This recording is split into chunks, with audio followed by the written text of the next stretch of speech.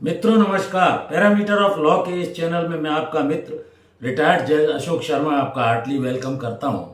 आज मैं आपको एक महत्वपूर्ण वीडियो जो प्राय आजकल कई परिवारों में देखा गया है कि तलाक की स्थिति तक पति पत्नी के बीच शादी होते ही साल 2 साल के अंदर ऐसी स्थिति आ जाती है कि वो एक दूसरे पर आक्षेप लगाकर तलाक लेने का मन बना लेते हैं।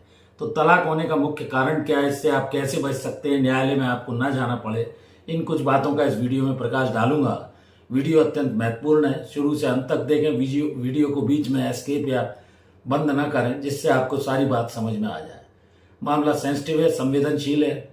हिंदू परिवेश में जब सप्तशती के बाद शादी में 7 अग्नि के समक्ष फेरे लिए जाते हैं, कुछ वचन भी पति से भरवाए जाते हैं, तो जो हिंदू माइथोलॉजी है वो इसको काफ़ी पवित्र बंधन मानती है और ये एक प्रकार से पूरे जन्म जन्मांतर का बंधन पति पत्नी का होता है।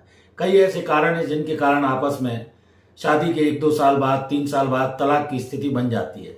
वो ऐसे कौन से प्रमुख कारण है वो विस्तार से इस वीडियो में बताता हूँ। पहला कारण है पति या पत्नी जब एक दूसरे का सम्मान नहीं करते, क्योंकि वे दोनों अलग अलग परिवेश से आए हैं, पढ़ाई लिखाई, उनके माता पिता अलग अलग, घर का वातावरण अलग अलग होता है। तो एक तो सबसे पहले वो एक दूसरे की बातों का सम्मान करें, एक दूसरे से प्रेम भाव रखें, छोटी छोटी बातों में तुनक मिजाजी करके एक दूसरे पर गुस्सा न करें। ये मेरा पहला सुझाव है। दूसरा ये है कि सोशल मीडिया का आजकल युग है, हर व्यक्ति के पास मोबाइल है, लैपटॉप है।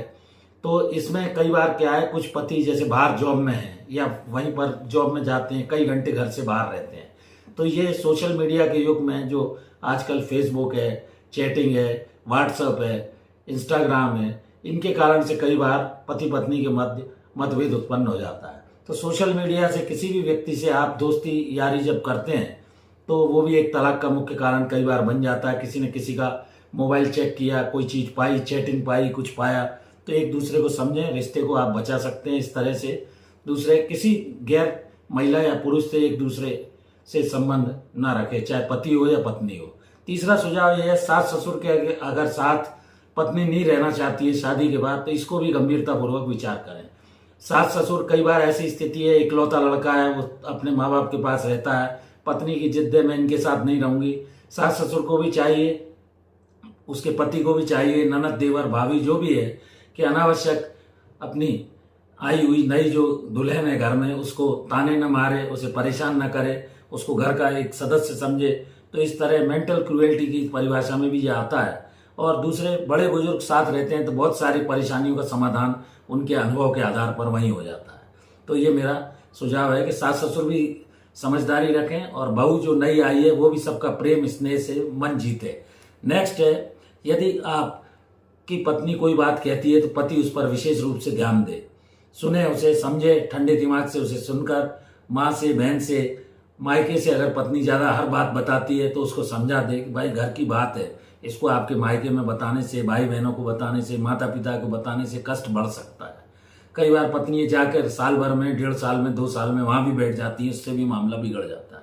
तो बार बार मायके का इंटरफेरेंस आपकी व्यक्तिगत लाइफ पर ना पड़े या ना रहे। कुछ ससुराल वालों का ये कहना रहता है कि उनके सास ससुर, ननद देवर ये सब दहेज वगैरह के लिए प्रताड़ित कर रहे हैं। अगर वास्तव में ऐसी कोई घटना है तो मिल बैठकर इसका कोई रास्ता निकालें, दोनों पक्ष के लोग बैठ जाएं, मौका दें, समझाएं, आपस में प्रेम भाव जिससे बना रहे और समस्या का हल भी निबट जाए। एक और मेरा सुझाव है कि प्रायः मैंने देखा है कि कुटुंब न्यायालय में ढेर सारे तलाक के प्रकरण आजकल जा रहे हैं। इस प्रक्रिया से तलाक का एक प्रक्रिया निर्धारित है, म्यूचुअल कंसेंट से भी होता है, आपसी सहमति से। और कुछ आधार हैं जो मैंने अलग से वीडियो बनाए हुए हैं, जैसे पति की कोड हो गई, 7 साल से पता नहीं है, नपुंसक है या डिजर्शन है या किसी के साथ एडल्ट्री में रह रहा है, ये सब चीज़ें हैं। तो एक बार कोशिश कीजिए कि किसी भी तरह से मामला आपका बिगड़े नहीं, बन जाए बात, बैठ के अंडरस्टैंडिंग करिए, मीडिएशन करिए, घर में करिए, कोशिश करिए कि मामला घर में ही सुलझ जाए, घर की बात बाहर ना जाए। तो इन कुछ सुझावों को लेकर आप अगर वो रहते हैं सावधान, तो तलाक होने की स्थिति नहीं बनती है। और आपका मुख्य कारण जैसे मैंने कई बताया, मायके में पत्नी का चला जाना, हर बात को कहना, पत्नी को लोग अपमानित करते हैं, दहेज की मांग करते हैं, या कई बार झूठी रिपोर्ट भी पत्नियों के द्वारा कर दी जाती है, या मायके में बैठ जाए। तो इन सब सुझावों का पालन करके आप अपने परिवार को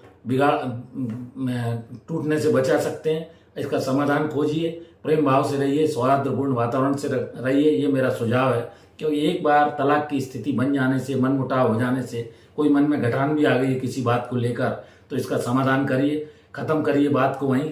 क्योंकि जीवन बड़ा लंबा है, इसमें संघर्ष है, लाइफ स्ट्रगल है, हर रोज कुछ ना कुछ परेशानी है। आपके बाल बच्चे हो जाएंगे, उसके बाद भी परेशानियां आएंगी। जीवन संघर्ष का ही नाम है।